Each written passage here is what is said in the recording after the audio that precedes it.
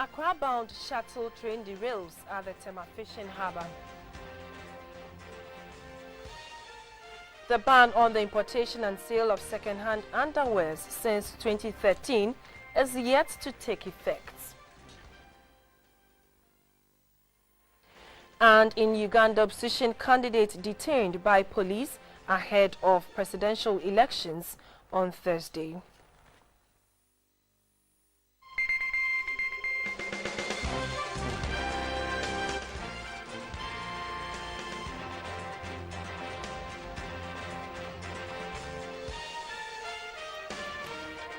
Hello, good evening. Welcome to News Hour on GBC24. My name is Shirley Ann and Robert Fimpomanso is our signer for tonight. A shuttle train carrying about 20 passengers has derailed at the Tema Fishing Harbour. 2 of the passengers on board the train sustained minor injuries, according to officials at the station who spoke off camera. The Accra train derailed 4 minutes after takeoff. At about 9:30 a.m., technicians at the Tema Railway Workshop went to separate the head coach from the remaining 5 carriages. The train is now back on track, plying between Accra and Tema. This is the first time a train has derailed at Tema.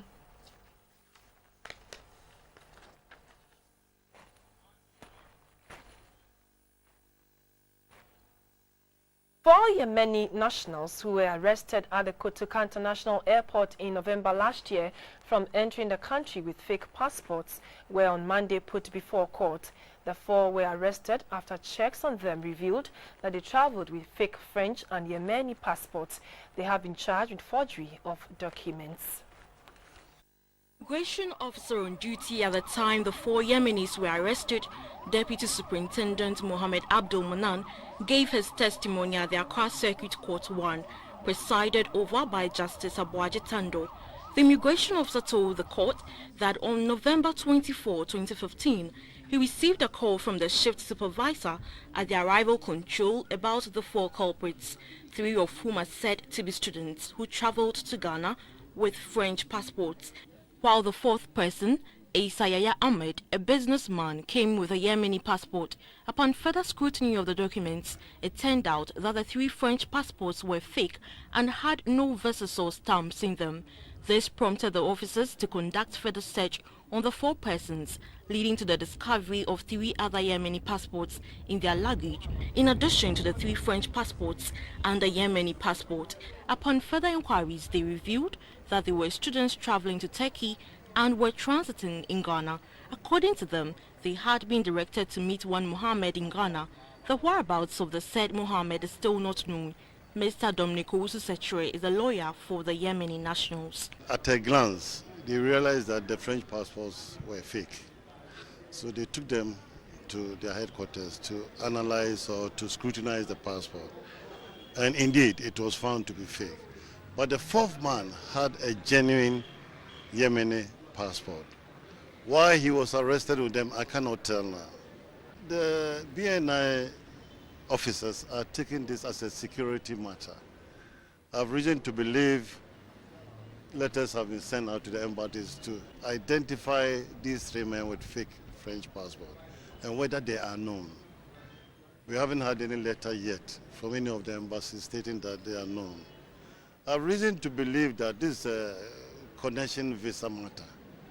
The 3 of them claim to be students because they indeed have their own Yemeni passport in their possession when they were arrested. Somebody was trying to connect them to France. But we are yet to hear what the BNI men will say. Sitting continues on Tuesday, February 16, 2016.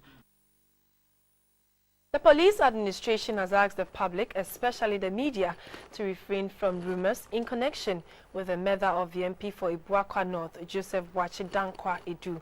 Speaking to Radio Ghana, Police Public Affairs Director Superintendent Cephas Arthur said the case is under criminal investigation and must be treated with a lot of caution. He said any information put on social media should be taken as rumors. Superintendent Cephas Arthur asked the public to allow the police to get to the bottom of the matter.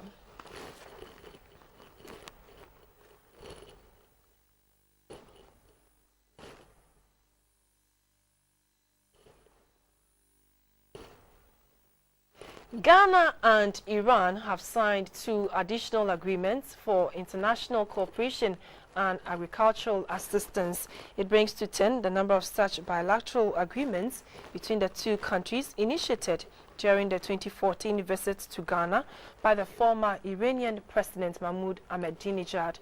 President John Mahama, current Iranian President Hassan Rouhani discussed a broad range of issues at their first meeting in Tehran. President John Mahama is the first African leader to have visited Iran since Iran reached a nuclear deal with world powers and economic blockade lifted. He is also the first Ghanaian leader to visit Iran. His visit to Iran is at the invitation of his Iranian counterpart Hassan Rouhani, who is following up on the visit to Ghana by his predecessor.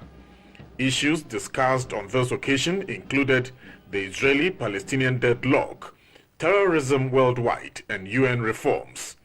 President Rouhani appealed to Ghana to use her influence on the international scene to lobby for the good of all disadvantaged individuals, groups, and nations. The Iranian government commended President Mahama on his appointment to be co-chair of the Advocates of the Sustainable Development Goals, saying the Ghanaian leader has proven himself to have convinced the appointing authority. Bilateral agreements will see Iran play a role in Ghana's energy sector. These are oil and gas, petrochemical and oil refinery, as well as power generation and distribution. President Mahama also invited Iran to set up light manufacturing industries in Ghana. Iran already have 3 major investments in Ghana. They are the Irani Clinic, which provides subsidized medical care, the Islamic University, and a life-supporting program for farmers and rural development. Some Ghanaian students are studying in Iran on Iranian government scholarship. From Tehran, Napoleon Atukito reporting. Leadership of Aglo International is calling on Ghanaians to intercede in prayers for Israel. According to Aglo, a nation that raises intercessors to stand in prayer for Israel enjoys supernatural blessings that has been set aside for such nations in the Bible. Aglo International Ghana is the country's wing of intercessors for Israel. This is an assignment that prayer networks in some countries have taken upon themselves for Israel. The intercessory prayer hinges on the belief that when a nation stands in prayer for Israel, God showers blessings on that nation. Hence, the Watchman on the Wall seminar. The president of Aglo International Ghana, Dr. Mrs. Dorothy Danso, said they draw inspiration from Isaiah 62 to commit Ghana to the task of praying for Israel. The president of Aglo International in Connecticut, USA, Sandra Lee Wizorek, said Ghana stands to benefit immensely from the decision to intercede on behalf of Israel. Ghana is a Christian nation, and because you have made that choice as a nation to stand with Israel. You as a nation and you as a people are aligned in unity with the purposes and plans of Almighty God. Therefore, you, Ghana, are positioned to receive His blessing. The Minister for Tourism, Culture and Creative Arts, Madam Elizabeth Ofusu-Ejari, hailed Aglo's initiative as laudable and called on all to support this cause. God wants us to motivate ourselves to rebuild our nation. He would use our talents to get the job done, and everyone should come on board. We should strategize, organize, manage, supervise, encourage, and pray to build our nation, Ghana. Aglo says it will continue to pray for Ghana for peace and development. The Ministry of Education and the Ghana Education Service have met heads of low academic performing private and public senior high schools in the country to deliberate on how to improve standards in such schools.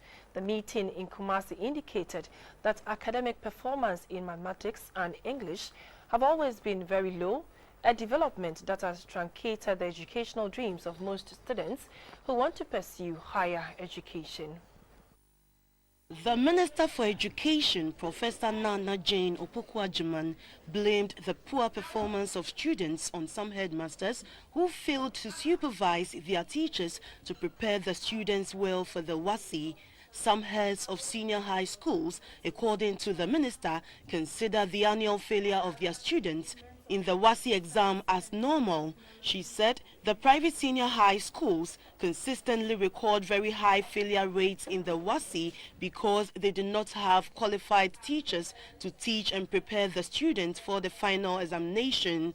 In an interview with GBC24, the minister said the GES did not have the intention to sanction headmasters whose schools perform below average. She said, however, that the meeting was for the stakeholders to learn and share experiences on the way forward. You see, the headmaster is the leader of the academic experience.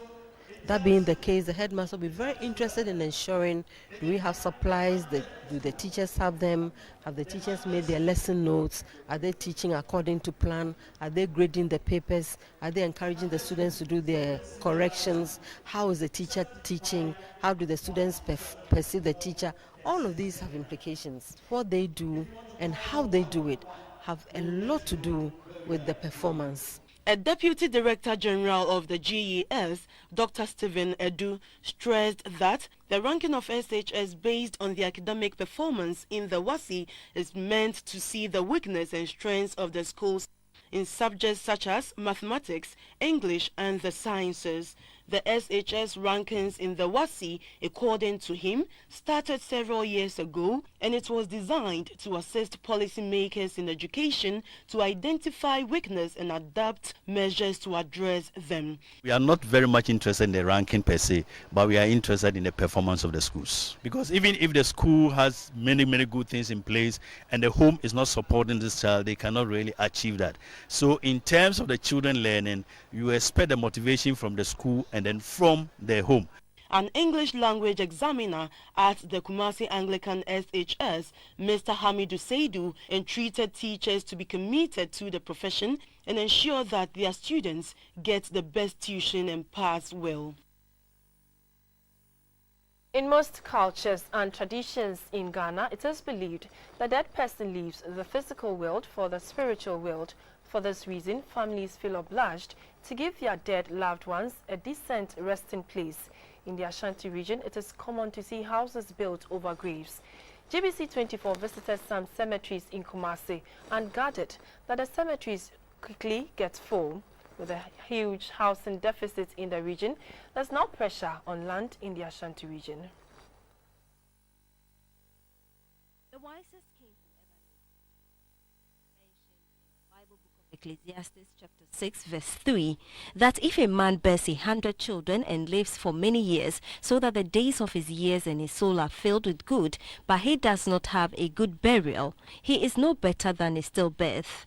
Similarly, in Ghana, most cultures consider the dead as living in another world and hence must be treated with dignity. In most communities, cemeteries are allocated to some prominent churches, the Islamic community, chiefs and members of royal families. GBC24 visited some cemeteries in the Ashanti region where houses are built as tombstones. This is because relatives of the dead believe the spirit of their loved ones must reside in decent abodes. In contrast, members of the Islamic faith bury their dead without tombstones. The graves were only covered with topsoil, hence maximizing space. At the Jamasi Public Cemetery in the Setre South District, Mr. Samuel Idupoku and Kofi Asenso were supervising the preparation of the burial places for their dead loved ones. They spoke to GBC24.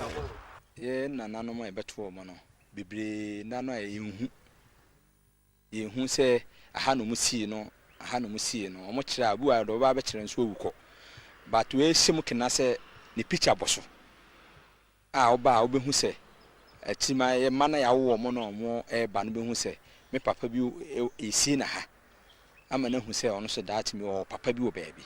Se ya anya ne sa na o ba no beto wawu kwa oba ne hu say se bi wawu wo see wa ha na see but we so be mukena say be twe wudin aguso the ties be twe wudin kama aguso ntimi fi say ka we ni se nipa no so owu na numunyam. At this cemetery, different tombstones have been erected, some real houses.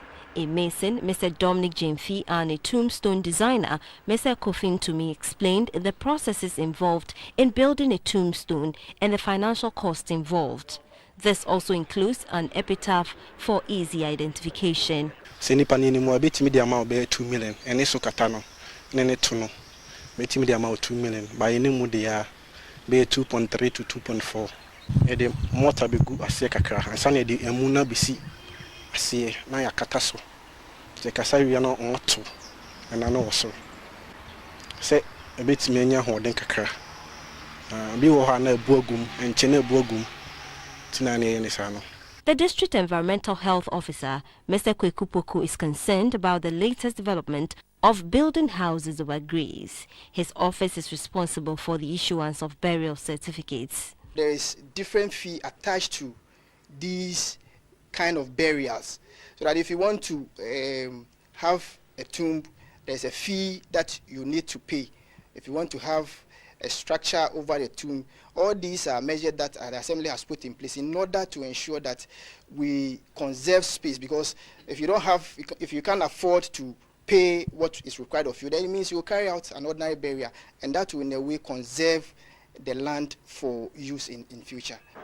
Another issue of concern is the encroachment on the cemeteries by some private developers. One such place is the Tafo Cemetery, which was built in 1925. It is currently under the supervision of the Kumasi Metropolitan Assembly. Due to lack of space at some of these cemeteries, some families are forced to bury their dead at the same spot where other departed family members were buried some years back. At the Jamasi Public Cemetery, the news team noticed that a tombstone with an inscription of someone who was buried in the 1970s has other tombstones on top of it. 2 bodies have been buried at the same spot. The Secretary South, the District Chief Executive, Mr. Edward Ayekwao, spoke about what he experienced about cemeteries when he once traveled to Germany, and says he has suggested that to the opinion leaders in the community. In his opinion, only mausoleums meant for chiefs and queen mothers must be situated within the township, while public cemeteries be relocated to the outskirts of the town. We have to come out with a scientific way of managing cemetery. It should be a very serious concern to the government. Relocation is the best. Let us acquire a decent place for burial. We wall it, you put security gate there, you fix everything there. Let the cemetery be about 5-6 miles away from downtown. Let us make sure that a perfect road network connects the cemetery. Mr. Ijakwa explained the situation where the living and the dead appear to be jostling for the little space available as a serious public issue that must be dealt with. He suggested that families must consider cremation as another option to disposing of the dead. On the issue of private burial, particularly in homes, the District Environment Health Officer, Mr. Kwekupoku, cautioned against the practice in view of some health implications. Private burial in homes and what have you, it's something that we strictly want to discourage. Getting a decent and a modern kind of public cemetery where people will be willing to have their burials or their dead bodies buried there, because when you go to the outside world, it really happens that people bury in their homes because of the way they have planned their cemeteries.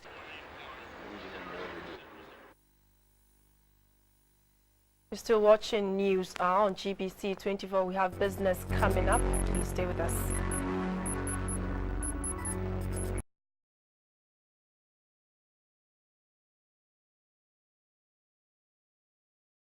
News are live on GBC24. Let's do business. Brought to you by SIC Live. My name is Maurice Ogbete. Now, it's been 3 years since the Ghana Standards Authority imposed a ban on the importation and sale of second-hand underwears in the country. The ban is yet to take effect, and the wish of the dealers is that the ban will never be implemented because it will push them out of business.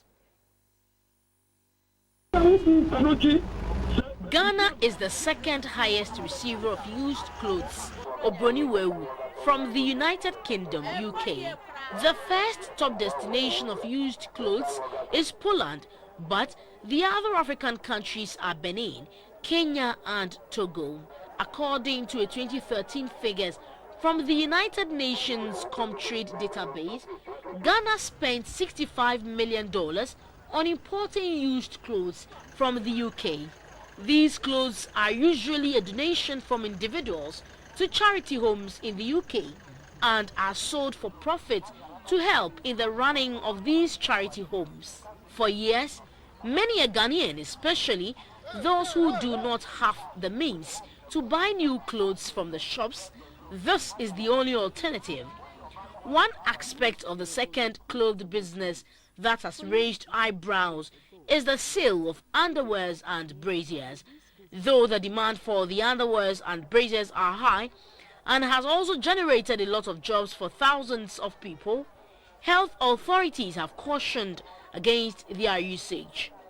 This prompted government to ban the importation of these goods, which include used underwears, sanitation wares, used mattresses and used handkerchiefs. Despite the ban, which came into force in 2013, a visit to some of the markets in Accra show that the sale of second-hand underwears and braziers are on the increase.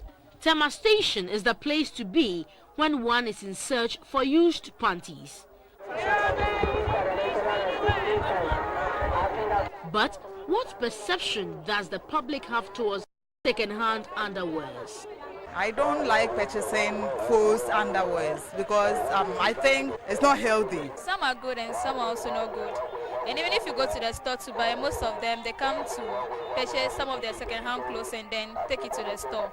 So I think it's okay, but for the unders, I'm not too comfortable with it.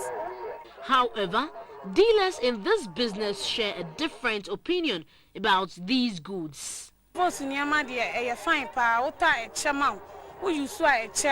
Say brazier say oba beto false brazier or you oba born be 1 year men say you are on purpose and our pep storage yet no I don't think I'm a storage yet into a motor.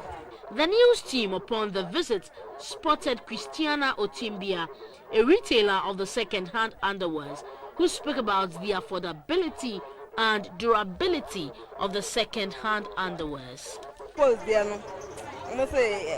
Yale woman as a but Oma who say no a more than a chairman won't know to see ano Oma forget to send to more talk for the anything and store the end.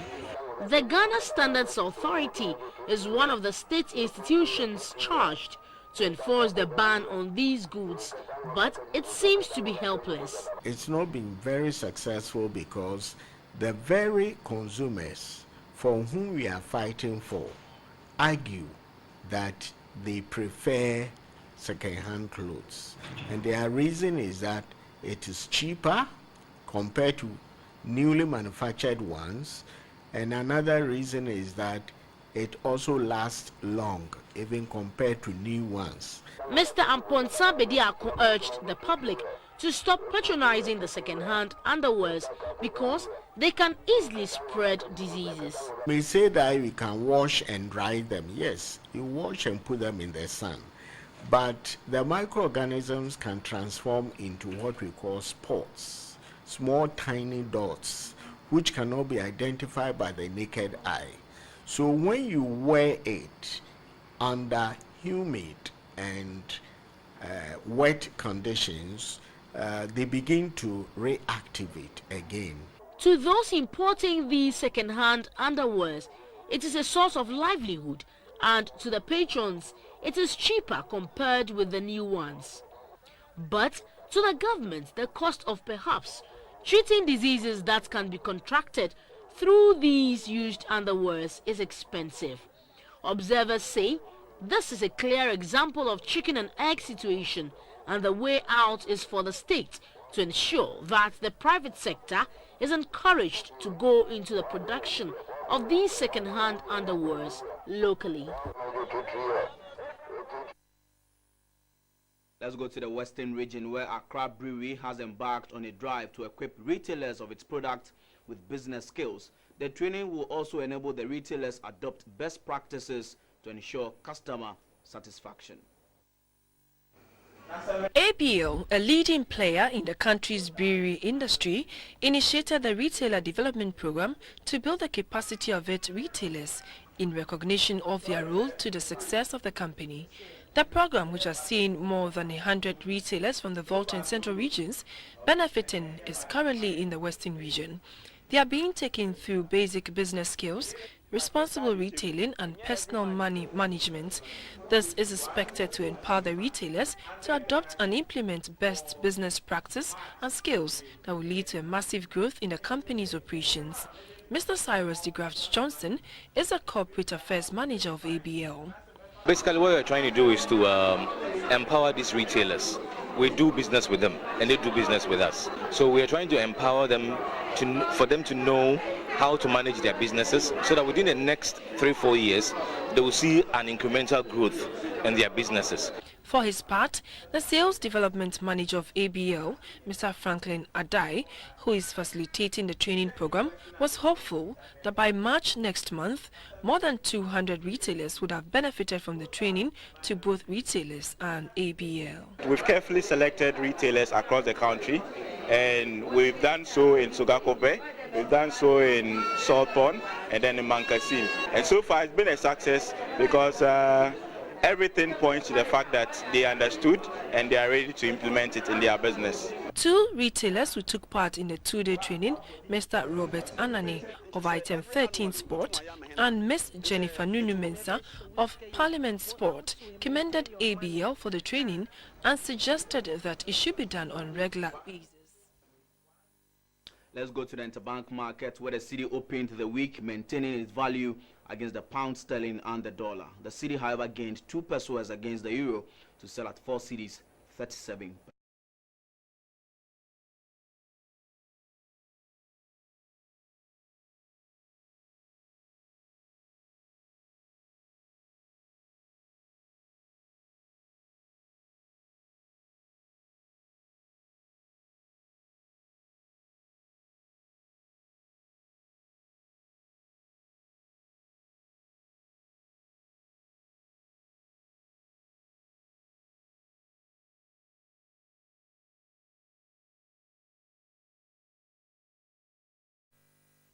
On the international commodities market, the price of light crude went up by 10 cents to sell at $29.54. Cocoa also gained $60 to sell at $2,826 per ton.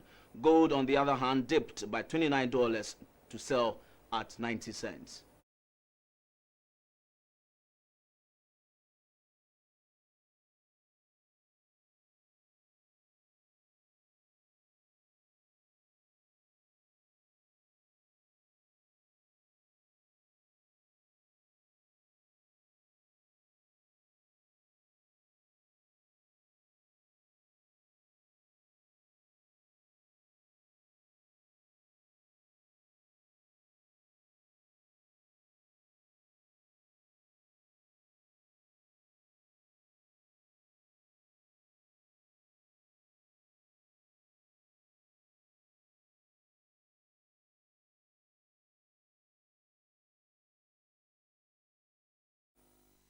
And that'll do for business, brought to you by SIC Live.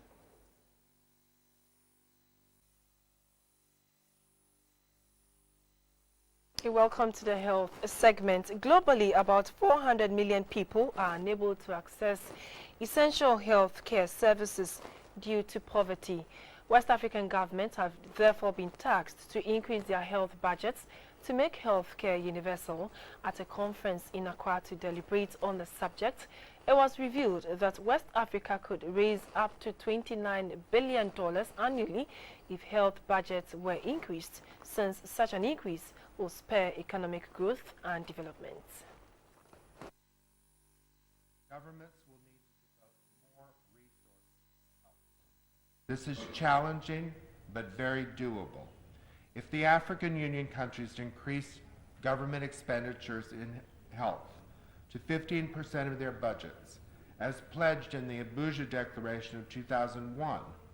Together, they could raise an extra $29 billion per year to pay for health care for all.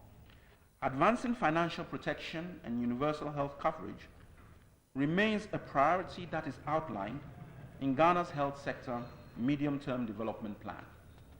Our goal is to implement evidence-based health sector reforms and contain costs, while at the same time expanding and sustaining coverage. The aged in the country would want to have their pension benefits speedily processed for payment immediately they retire from active service. The explanation is the ones they are taking off government payroll, they struggle to keep up. The aged have also appealed to the government to post specialists in geriatric care to health facilities across the country for accurate diagnosis and treatment. A report by Sarah Furi. Persons age 60 and above make up the aged. The aged were once part of an active workforce, and it didn't matter whether they were found in the formal or the informal sector. Most often, after retiring, the aged struggle to afford services and their keep. Those without dependents are left to their fate.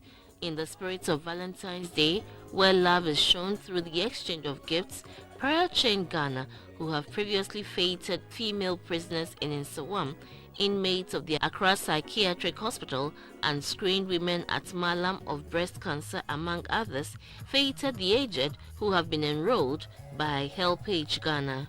It was evident by the level of excitement that they have also been remembered. All of us sometimes forget that one day we are going to be old, and to have somebody to talk to, somebody to take you out, somebody to make you feel like you are still a part of the society. And that is what drove us to come and fet the aged. Listeners of an Accra-based radio station, where Prayer Chain ministers also made true their promise to support the aged. I just felt that I should do something nice for them. And since cakes come naturally to me, I decided to bake, and I brought it today to show love. However, dining with the aged is the least compared with what preoccupies them. The state or the Minister of Finance should see to it that civil servants should not waste more than a year before getting their pension. When we go to hospital, the doctors will tell us the sickness is old age. So they don't give you a paracetamol in it. No, it's not old age. We should get our own doctors that should care for us. The aged are calling on government to be responsive to their needs of social security and medical care. Sarah Furi, GBC24, Accra.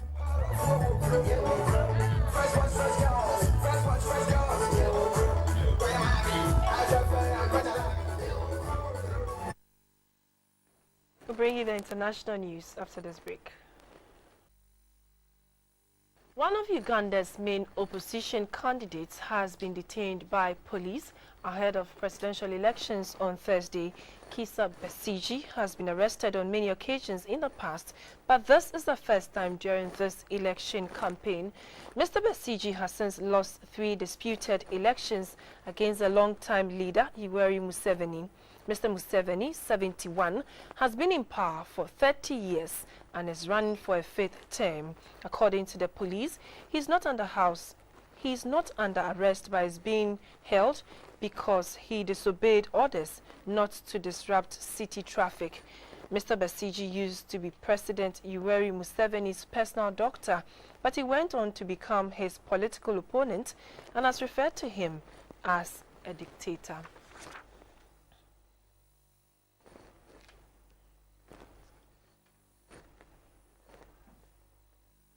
Israel's ex-Prime Minister Ehud Olmert has begun a 19-month jail sentence, becoming the first former Israeli Prime Minister to go to prison.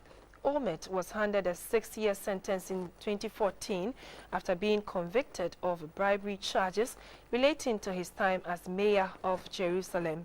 He was reduced to 18 months in December, but an extra month was added last week for obstruction of justice. In a video released on Monday, the 70-year-old said he rejects outright the bribery charges. In March 2014, he was found guilty of accepting, while he was mayor of Jerusalem, a $129,000 bribe from developers of one real estate project and 60,000 shekel bribe in connection with another.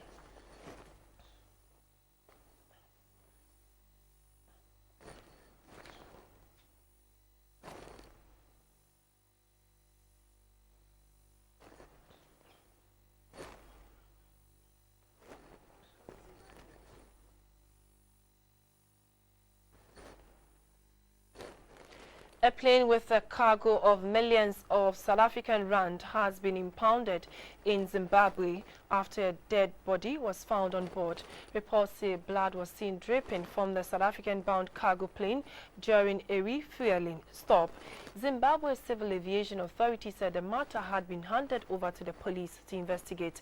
Chief David Chawuta said the cargo on the U.S.-owned plane belonged to the South African Reserve Bank.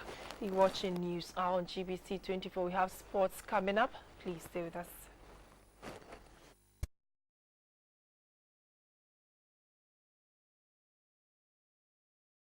And so by kindness of Ejapius Tornado Bitters and Lunat, let's talk sports. I'm Theophilus Sampa. Newcomers in the Ghana Rugby Football League, Congress RFC have secured a historic final berth. They are in the grand finale to meet with Dansoman Hurricanes on Saturday at the Accra Sports Stadium. The only unbeaten side in the ongoing Ghana Rugby Club Championship, Congress RFC, clashed with Ida Sports in the first semi-final match of the 2015-2016 Championship. Congress in the yellow and black jersey started on a good note with Kelechi Onwanta opening the scoring with a try. Ida's parading experienced expatriates in their team raised the game. Gilbert Murray scored from a penalty to send the score at 5 points to 3. The introduction of Hamza Suleiman, the best player in the 2014-2015 season, saw an urgency in their play. Hamza Suleiman's pace did the trick for Congress as he set up Francis Donko to make a try. Hamza followed up with another try and made 2 conversions to end the first half 24 points to 3. Back from the break, Idas in the green jersey pushed for more tries. Gilbert Murray scored from another penalty, but Kelechi Onwanta's second try boosted the morale of Congress. Haminu and Razak made a try each to end the encounter 39 points to 6. For the Congress, their target of winning the league is on course. All we need is their support. We really need that support from them. They should come in and cheer us up, give us support for us to win the game, and more players back us for us to win the trophy. We want our effort to back up and to make much more noise into the game. So I'm optimistic. I'm really sure that we can go all the way, but my boys just need to come to the party on the next game. Idas were gracious in defeat. Well, we knew coming in it was going to be a hard game. You know, we played them in the league in the regular season, and it was a tough match. We got a bit closer to them today than we did in that match, so that was encouraging, particularly as we had a few inexperienced guys, and hopefully they'll learn from that experience. Yeah, maybe if we'd taken 1 or 2 of our chances in the first half, things might have been a bit different, but we really needed to execute our skills a little bit better than we did. That was really the difference between it. They capitalised on pretty much every opportunity they got, and we didn't. The president of the Ghana Rugby Football Union, Mr. Herbert Mensah, touched on preparations for the national team. We're going to work with a team of people and then break it down into the defensive coaches, the offensive coaches, and then teamwork. The selection of players has already been done by 4 or 5 of the coaches, and we have an initial squad of 25. We'll bring it down to 10.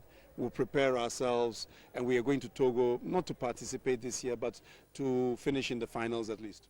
Congress RFC will battle the Dansoman Hurricanes at the final set for next Saturday. The novelty trial race of the Accra Turf Club entered week 2 at the weekend. Here are some highlights.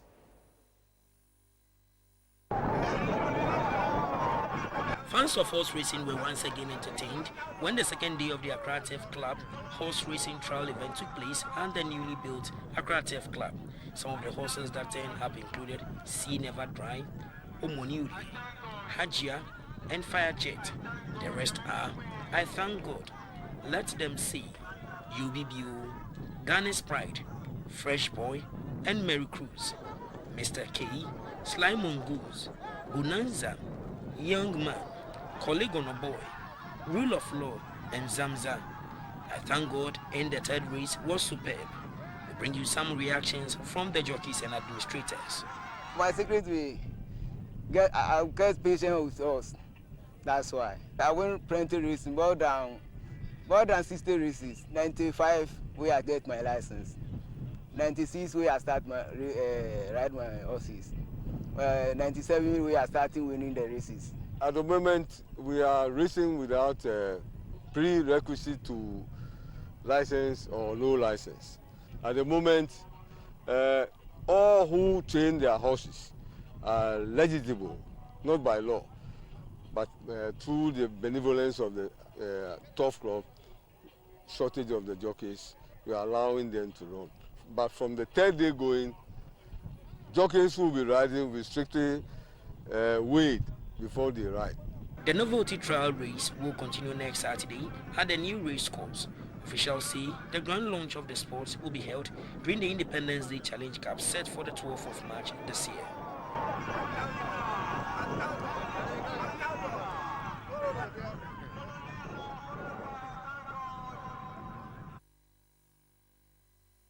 So that's all for sports. Now to some news from the world of entertainment and the arts. Chocofest, the festival set up to encourage Ghanaians to patronize cocoa products during the celebration of Valentine's Day, is gradually catching up. This was evident when scores of Ghanaians converged at the West Hills Mall near Kaswa to celebrate the Gift of Love Day.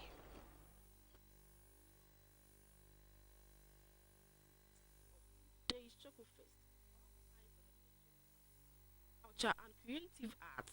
On the first day, some school children toured the Tetekwashi and Jubilee cocoa farms at Mampong Ekuapem.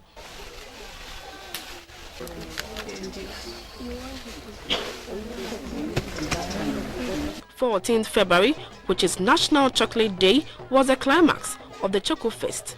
The West Hills Mall saw a display of variety of chocolate products. And to bring the best out of some Ghanaian chefs, a cooking competition with focus on cocoa products was also held.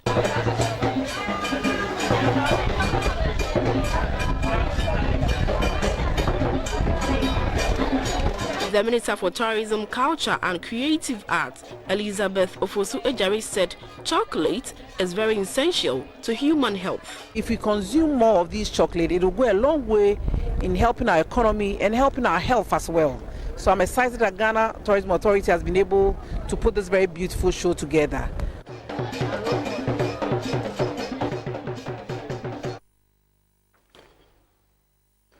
He was born Olufela Olusegun Oludotun Ransomi Kuti on 15th October 1938. He was popularly known as Kuti, a Nigerian multi-instrumentalist, musician, composer, pioneer of the Afrobeat music genre, human rights activist, and political maverick. Fela Kuti made a mark in the world with his style of music.